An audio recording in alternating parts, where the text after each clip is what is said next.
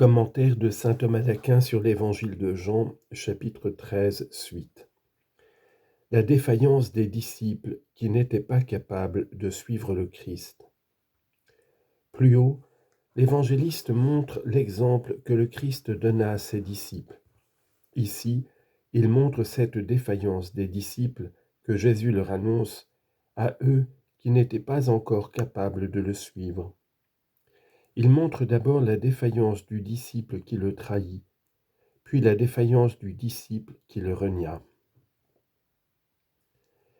L'évangéliste annonce la trahison du disciple, puis sa séparation d'avec eux ou son départ.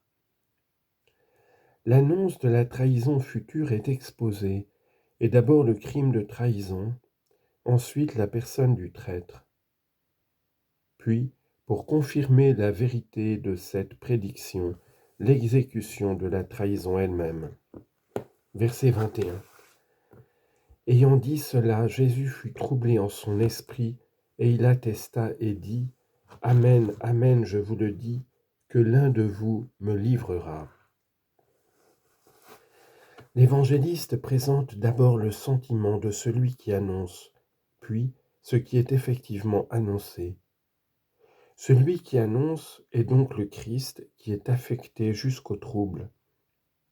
Et quant à cela, il dit, ayant dit cela, en les réinvitant à la charité, dont il voyait le disciple traître privé, Jésus fut troublé en son esprit. À ce sujet, il faut savoir que le trouble désigne un certain mouvement. Cela apparaît dans ce qui a été dit plus haut. Citation. L'ange du Seigneur descendait de temps en temps dans la piscine et l'eau s'agitait. Et ensuite, Seigneur, je n'ai personne pour me jeter dans la piscine quand l'eau a été troublée. Jean chapitre 5, versets 4 et 7. Et il est dit indifféremment que l'eau est troublée et qu'elle est mue. C'est aussi de cette manière que nous disons que la mer est troublée quand elle est agitée. Donc le trouble de l'âme désigne son mouvement.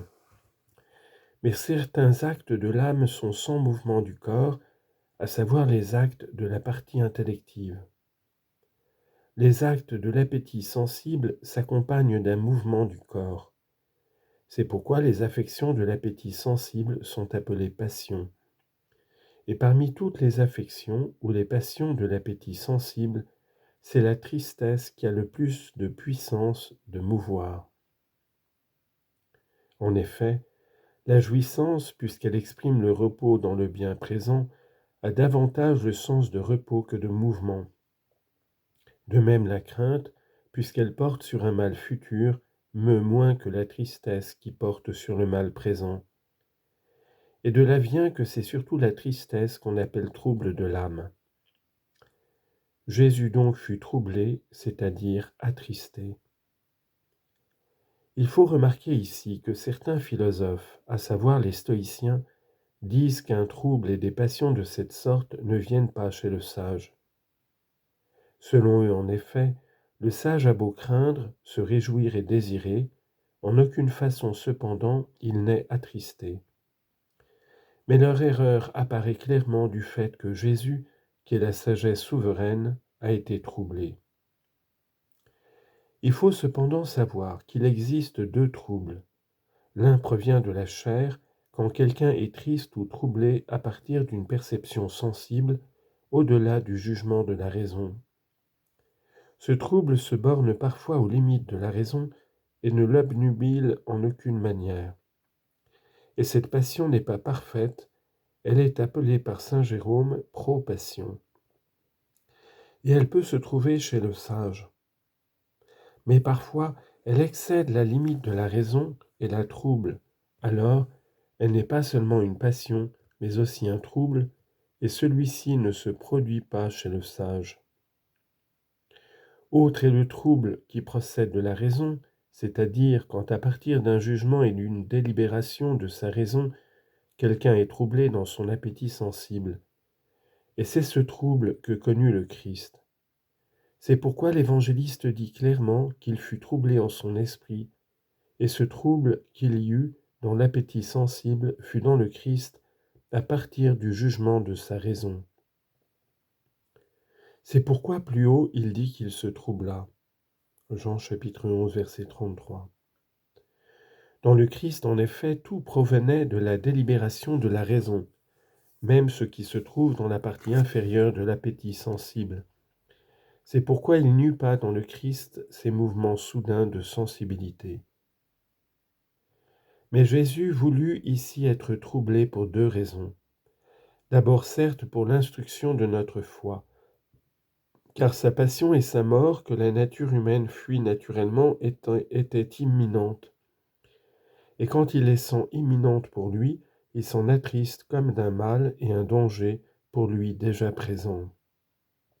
Donc, pour montrer qu'il avait une vraie nature humaine, il voulut être affecté jusque dans son âme elle-même par ce trouble qui provient du jugement de la raison. Par là est exclue l'erreur d'Apollinaire qui dit que dans le Christ il n'y eut pas d'âme, mais le Verbe à la place de l'âme. En second lieu, pour notre édification. En effet, selon Augustin, le Christ voyait que le traître allait sortir afin de conduire les Juifs vers lui pour qu'ils le prennent. Et par cela, il se trouvait séparé du collège des saints et recevait contre lui la sentence de la mort. C'est pourquoi le Christ, par un sentiment de piété, s'attristait pour lui, donnant par cela aux prélats cet exemple, que si parfois il leur arrive de proférer une sentence dure contre ceux qui leur sont soumis, ils la profèrent d'un cœur douloureux. Citation. Le juste me corrigea dans la miséricorde. Psaume 40, verset 5. Car lui-même, voulant manifester aux autres la séparation de Judas, fut troublé en son esprit et il attesta, afin que Judas ne trahît pas dans l'ignorance, et il dit, Amen, Amen, je vous dis que l'un d'entre vous me livrera. Le Christ dit clairement l'un d'entre vous, de ceux qui ont été choisis pour le collège saint, pour donner à entendre qu'aucun collège ne sera si saint qu'on ne puisse trouver en lui quelque pécheur et méchant. Citation. Alors que les fils de Dieu étaient venus se présenter devant le Seigneur, Satan vint aussi parmi eux. Job chapitre 1 verset 6. Il dit un et non pas deux ou plusieurs, pour ne pas sembler maudire le collège, mais seulement le traître issu du collège des apôtres. Car le collège tout entier ne doit pas être jugé mauvais à cause d'un seul homme mauvais issu de ce collège. Alors que s'il y avait eu plusieurs mauvais, le collège pourrait être jugé mauvais.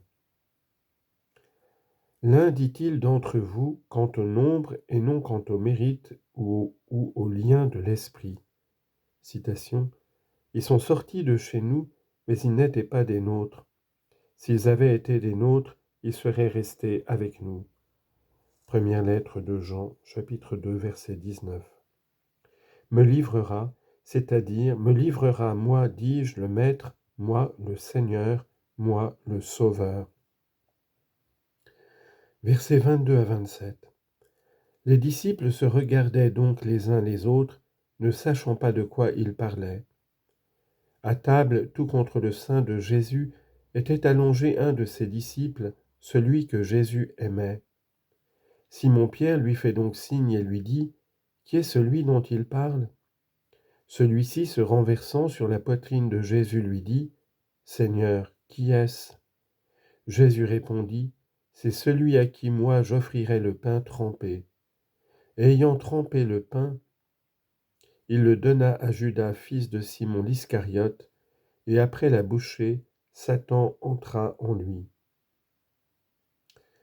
L'évangéliste désigne d'une manière cachée la personne du traître, et tout d'abord il montre ce qui en fut l'occasion, puis la désignation de la personne, enfin son effet. Or l'occasion est double, l'hésitation commune des disciples et l'interrogation du disciple aimé d'un amour de prédilection.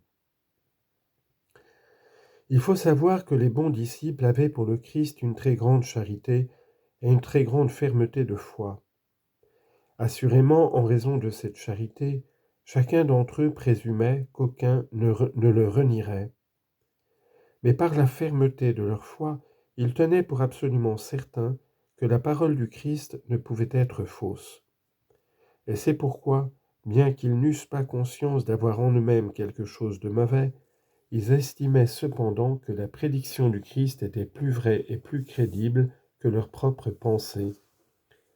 C'est pourquoi, se rappelant qu'ils étaient des hommes et que le sentiment de l'homme, même celui des plus avancés, est changeant, de telle sorte qu'il peut vouloir le contraire de ce qu'il a d'abord voulu, ils doutaient plus d'eux-mêmes que de la vérité du Christ. Et c'est pourquoi ils se regardaient donc les uns les autres, ne sachant pas de qui ils parlaient. Citation. Que celui qui croit tenir debout prenne garde de tomber. 1 Corinthiens chapitre 10 verset 12. Et encore, si j'avais été lavé comme dans de l'eau de neige, et si mes mains brillaient comme étant très pures, cependant, tu me plongerais dans la fange. Job chapitre 19 verset 30 à 31.